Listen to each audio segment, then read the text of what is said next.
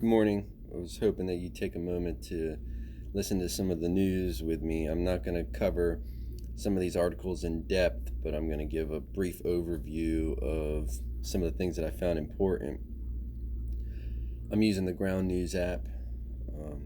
At the end of the video, I'll show my code if you want to have 1 month's free premium. It also gives me a month's free premium, so we both benefit. I'm not in any way paid by them. In any case, first one I want to talk about was the Trump campaign uses altered photos of Biden in new ad. So apparently what ended up happening was, they put out an ad claiming that Biden was hiding in the basement. They've been talking about that for quite some time. Guess what? Social distancing is what he's been pushing the entire time while you've been talking about not wearing masks. So I'll take the guy sitting in the basement doing what he's supposed to be doing. Thank you. So Biden was at his friend's house and, amongst a group of people, and somebody had taken a photo, and what ended up happening was the Trump campaign ended up photoshopping all the other people out of it, so it looked like Joe was sitting there next to a table with his legs pulled up against his body, all scared and everything, and he's actually got his legs pulled up to make room for where he was sitting on the floor, okay, amongst his friends. It's another sign of fake news meant to scandalize, because once the actual truth comes out, it's that little bit of fake news that actually sticks in people's heads and becomes part of the narrative, okay? So here in the article it says, in fact, the original image depicts Biden and several other people in the home of Coralsville, Iowa Mayor John Lindell in December 2019. It wasn't even during the pandemic. The photo was used and edited without permission, according to the Gazette, which published the original picture. I wonder if they're going to go back and say, you need to pay me or take it down. That takes me into the second topic that I wanted to talk about, and that is, it's being reported that Russia spreads disinformation through a propaganda ecosystem. Okay? I'm going to read a little bit of the article. Russia is spreading disinformation and propaganda through the use of official, proxy, and unattributed communications channels, the State Department said in a new report, while offering a $10 million reward for information concerning those working to interfere in U.S. elections. The report, titled Pillars of Russia's Disinformation and Propaganda Ecosystem, published Wednesday, accuses the Kremlin of creating a propaganda ecosystem through government communications, state-funded global messaging, proxy sources, weaponized social media, and cyber-enabled disinformation to propagandize to the United States and other Western nations. The reason why I found this important is to again point out we have to vet our sources. So what that means is we have to look at who's saying the things that we're reading, why they're saying them, fact check the information that's coming out from them before we share it to other people. A meme is not the news. If it doesn't come with a link that you can verify, a peer-mediated publication in some manner, backed up information that you're seeing from other sources as well, and sometimes just common sense. If it's not containing these things, then you should not be sharing them. That you are helping the propaganda machine. In 2016, the Internet Research Agency, which is the Russian GRU, the group that hacked our elections and everything back in 2016, they opened up multiple social media groups, and in those groups thousands of people would follow, and the groups would share memes. They would share memes about Hillary's emails. They would share memes about Black Lives Matter, and this is on both sides of the Black Lives Matter discussion too, because the idea is to inflame and to separate us, to divide us as a country, and they're doing a good job of it. So That's what I want to talk about there. Now, this is one that's flying under the radar. Let me point out the bias on this. This is only lean left and left, okay? So yesterday, Sally Yates, who is the former Deputy Attorney General, testified on Capitol Hill about these process arguments that Lindsey Graham's dragging us through and wasting our tax money on in order to see the origins of the Russian investigation. Okay, because we don't have anything else to be spending our money on: coronavirus, election security, etc., etc., etc. Get with the program. In any case, former Deputy Attorney General Sally Yates told lawmakers Wednesday that neither President Barack Obama nor Vice President Joe Biden attempted to influence the FBI's investigation of incoming National Security Advisor Michael Flynn during a January 2017 Oval Office meeting with top national security officials. During the meeting, the President, the Vice President, the National Security Advisor did not attempt in any way to direct or influence any investigation, Yates said during sworn testimony before the Senate Judiciary Committee.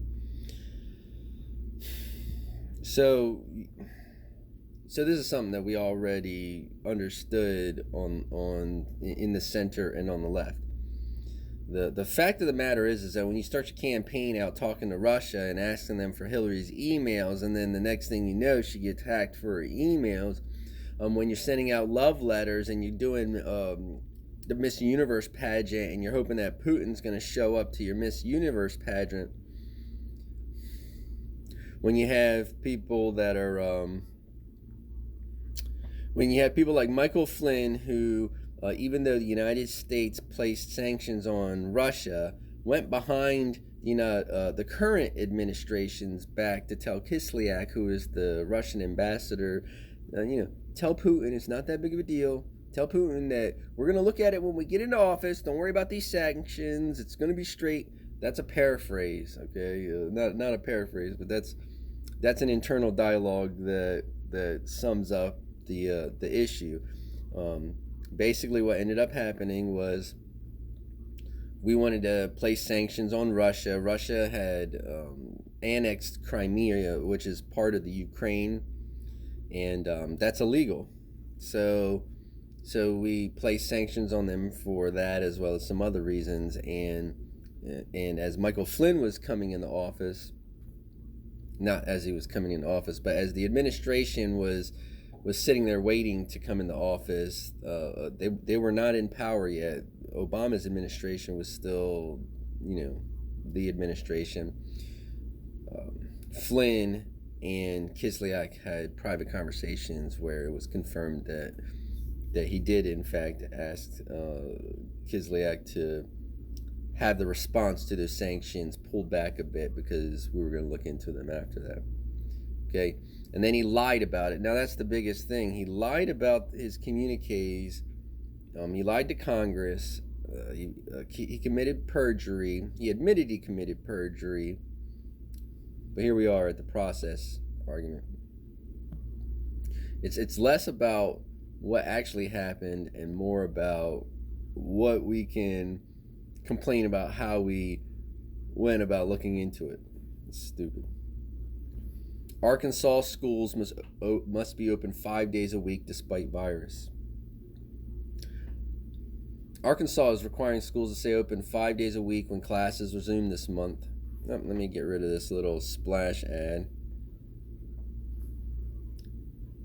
So Arkansas is requiring schools to stay open 5 days a week when classes resume this month, state education officials said Wednesday, complicating efforts by some districts to limit on-site instruction because of the coronavirus.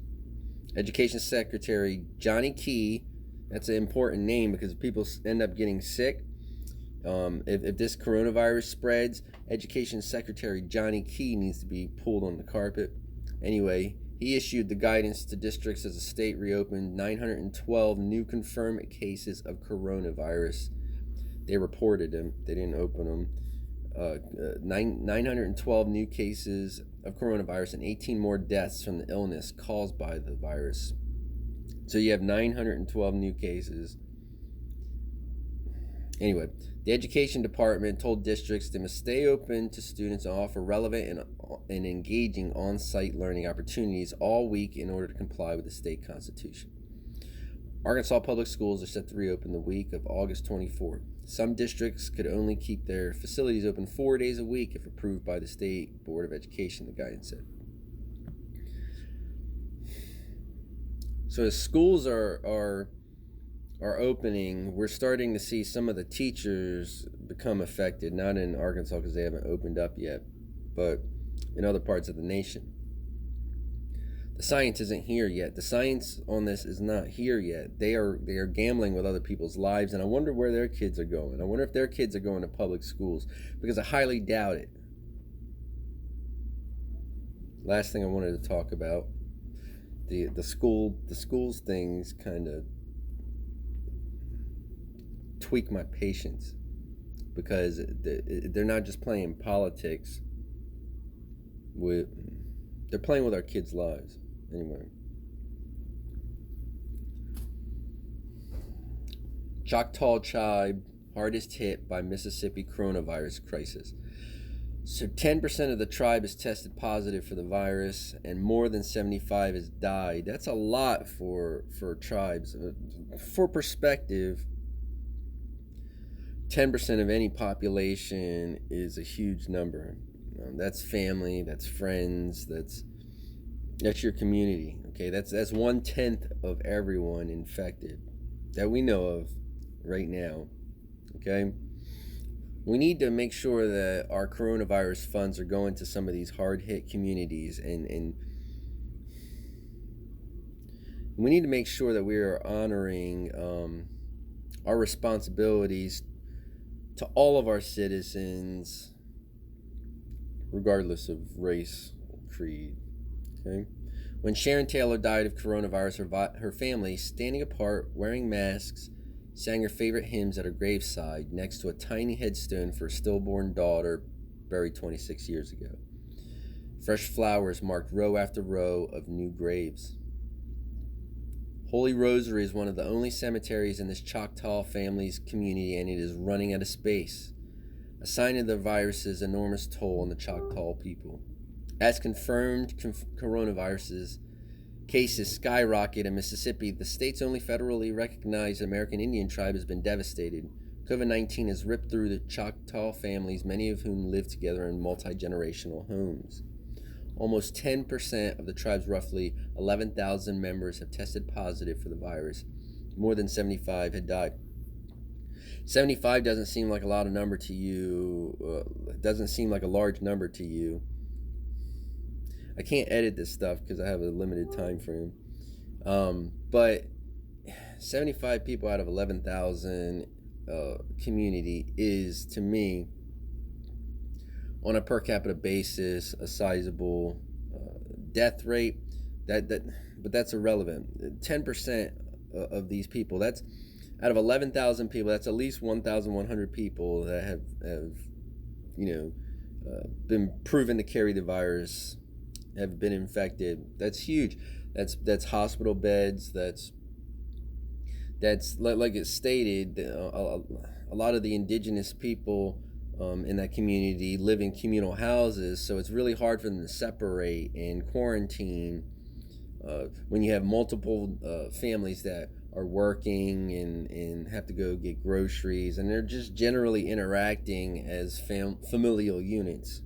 Okay, the once flourishing Choctaw economy is stagnant as the tribal government put in place tighter restrictions than those imposed by the state, which mandated face masks and delayed the start date for schools in certain counties on Tuesday.